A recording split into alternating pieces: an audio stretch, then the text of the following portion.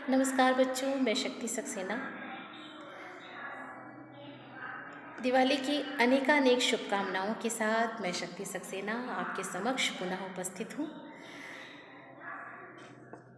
दिवाली या कोई भी त्यौहार अर्थात जीवन में व्यस्तता, भाग दौड़, साफ सफाई, शॉपिंग, खरीदारी, मौज मस्ती, खुशियाँ ही खुशियाँ।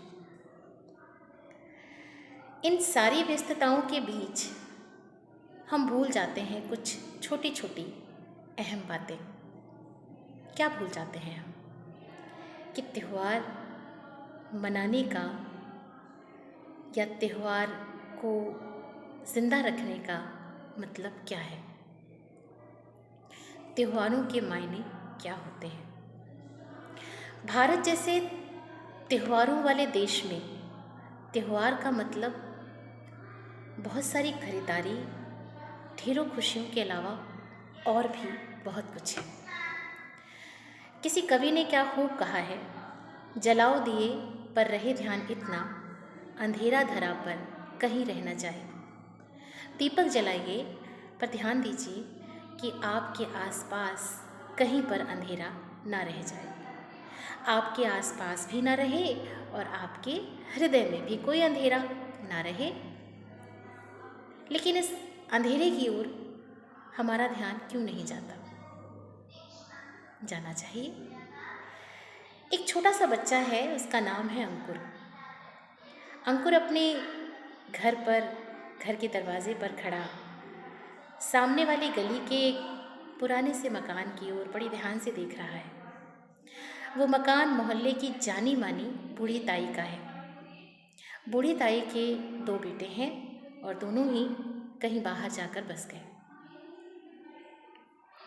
आज बूढ़ी ताई के पास पैसों की, सहूलियतों की कोई कमी नहीं है। कमी है तो सिर्फ अपनों की। हर बार की तरह इस बार की दिवाली भी उनकी बिना अपनों के ही बीत जाएगी। अंकुर जब से उसने होश संभाला तब से वो यही देख रहा है, हर त्यौहार बूढ़ी ताई अपने घर में अकेले ही रहती है, उसके पास कोई नहीं आता। इस बार तो बूढ़ी ताई की तबीयत भी कुछ ठीक नहीं है। कोरोना के चलते लोग उसके पास मिलने जुलने भी कम जा रहे हैं। आखिर बूढ़ी ताई अपना त्यौहार कैसे मनाएगी, घर में दिए कैसे जलाएगी? तभी अचानक माँ की आवाज़ उसे सुनाई देती है, अंकुर, अंकुर। हाँ माँ, अभी आता हूँ। अंकुर अपनी माँ के पास जाता है। सामने ढेर सारे खिलौने, मिठाइयाँ, पटाखे, नए कपड़े। अंकुर के तो चेहरे पर खुशी ही खुशी रहती है। माँ ने उससे कहा, देखो पिताजी तुम्हारे लिए कितना सामान लाए हैं और पता नहीं तुम बाहर क्या कर रहे हो। अंकुर सारे सामानों को उलट पुलट कर देखने लगता है। तभी उसके चेहरे पर एक मायूसी भी आ जाती है। अगले ही दिन दिवाली है और वो अपनी माँ के साथ बाजार जा रहा है। बाजार जाते हुए उसने रास्ते में देखा कि बूढ़ी ताई के दरवाजे पर कुछ लोग जमा हुए हैं, कुछ लोग इकट्ठा हैं। बूढ़ी ताई के दरवाजे पर ये लोग क्या कर रहे होंगे? तभी अचानक उसके कान में बूढ़ी ताई के खांसने की आवाज़ भी आती है। अनायास ही वो बूढ़ी ताई के घर की ओर अपने कदम बढ़ा लेता है। पिताजी उसे लाख रोकना चाहते हैं पर वो रुकता नहीं है। किसी ने अचानक ही उसके आगे हाथ करके उसे रोका कि तुम अंदर नहीं जा सकते, बूढ़ी ताई की तबीयत बहुत खराब है। अंकुर को ये बात बहुत बुरी लगती है। ये वही लोग हैं जो बाज़ार में मास्क लगा करके नहीं घूमते, जो बाज़ार में खुलेआम घूमते हैं, और आज बूढ़ी ताई के खांसने पर, उनकी बीमारी पर उन्हें संक्रामक रोग होने का डर लग रहा है। वो बूढ़ी ताई के घर में घुस जाता है। बूढ़ी ताई उसे देखकर हैरान है और वो कहती है कि बेटा तुम जाओ, मेरी तबीयत कुछ ठीक नहीं है। अंकुर कहता है, माँ ताई जी, मैं आपकी सेवा करने आया हूँ। आज दिवाली है माँ, आप ऐसे कैसे पड़ी रह सकती हैं?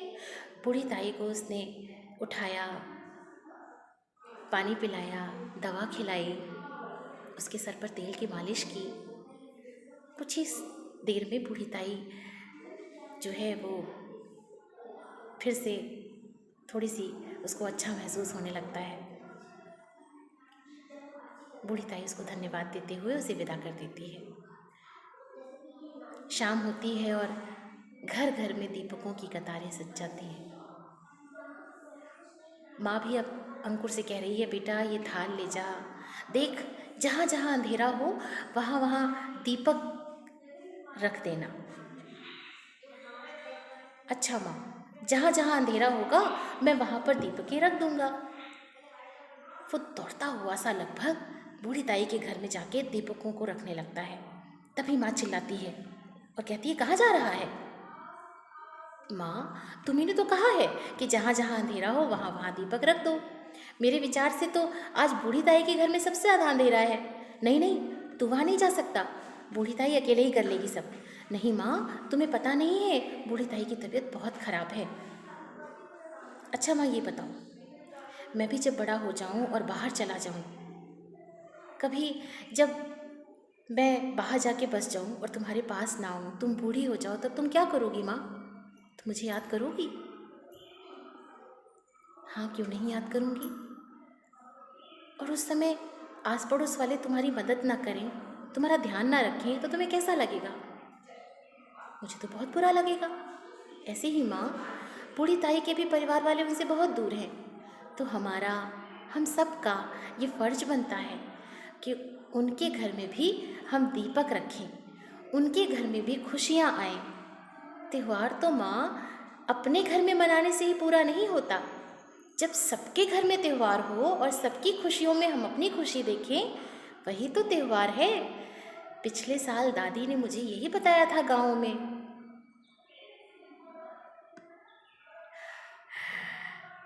तो सच कह रहा है बेटा, त्यौहार तो अपना नहीं होता, अपने मनाने से नहीं होता। त्यौहार तो सबके साथ मिलकर, सबके साथ खुशियाँ बांटकर मनाने से होता है। आज तो तूने मेरी आंखें खोल दी। मैं पूरे घर की सफाई करती रही और घर के हर कोने में दीपक जलाती रही, पर मैं अपने मन के उस अंधेरे कोने में दीपक तो रखा ही नहीं, जहाँ पर सिर्फ स्वार्थ है। आज तुमने मुझे बताया कि त्यौहार का असली अर्थ क्या होता है। दोनों माँ बेटे एक दूसरे के गले मिल गए। अंकुर ने कहा, माँ देखो, बूढ़ी ताई इस दिए की रोशनी के में उसका चेहरा कितना जगमगा रहा है। दरअसल त्यौहार आज ही तो असली तरीके से हमने मनाया। हम अपनी खुशी में खुश होते हैं, अगर हम दूसरों को थोड़ी सी खुशियाँ दे दें तो वो खुशियाँ दुगनी तिगुनी चौगुनी होकर के हमें खुश करती हैं। बच्चों, हम सबको भी त्यौहार ऐसे ही मनाना चाहिए। त्यौहार मनाने की सार्थकता तभी है जब हम मिल बांट करके, एक दूसरे का साथ दे करके, एक दूसरे के साथ रह करके त्यौहार को मनाएं। अपने मन के उस अंधेरेपन को भी उजालों से भर दें, जहाँ हम सिर्फ अपने लिए सोचते हैं, दूसरों के लिए नहीं। हमें उम्मीद है, हमें आशा है कि हम इसी संकल्प के साथ दिवाली का त्यौहार मनाएंगे। इसी उम्मीद और इसी आशा के साथ एक बार पुनः आप सबको दिवाली की बहुत बहुत शुभकामनाएं। धन्यवाद।